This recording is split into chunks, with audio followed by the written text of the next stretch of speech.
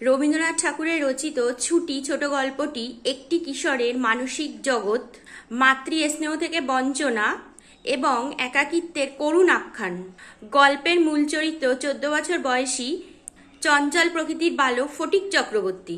সে গ্রামের অবারিত প্রকৃতি ও বন্ধুদের মাঝখানে চঞ্চল ও দাপুটে। কিন্তু তার মামা বিশম্বর তাকে কলকাতায় নিয়ে আসার পর তার জীবন একঘেয়ে ও দমবন্ধকর হয়ে ওঠে। গ্রামের অবাধ স্বাধীনতা থেকে শহরের বদ্ধঘরে ফটিকের মানসিক বিকাশ বাধাগ্রস্ত হয়। তার মামি তাকে অস্পৃশ্য অবাঞ্ছিত বলে মনে করতেন। তার মা তার ছোট ছেলে মাখনকে ভালোবাসলেও ফটিককে অবাধ্য বলে মনে করতেন। ফটিকের গভীর আকাঙ্ক্ষা ছিল মায়ের ভালোবাসা পাওয়ার, কিন্তু মামার বাড়ি এসে সে তার মায়ের থেকে দূরে সরে যায়। মামাতো ভাইরাও তাকে অর্থাৎ ফটিককে আপন করে নিতে চায়নি, তারাও তাকে অপমান করত। স্কুলেও শিক্ষকদের বেতের আঘাত ও সহপাঠীদের উপহাস তার জীবন অতিষ্ঠ করে তোলে। বই হারিয়ে ফটিক মানসিকভাবে ভেঙে পড়ে।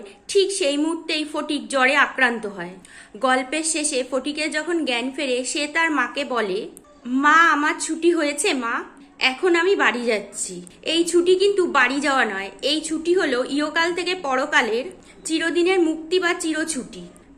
ফটিক তার সংক্ষিপ্ত জীবনে কখনোই ভালোবাসার প্রকৃত আনন্দ পায়নি।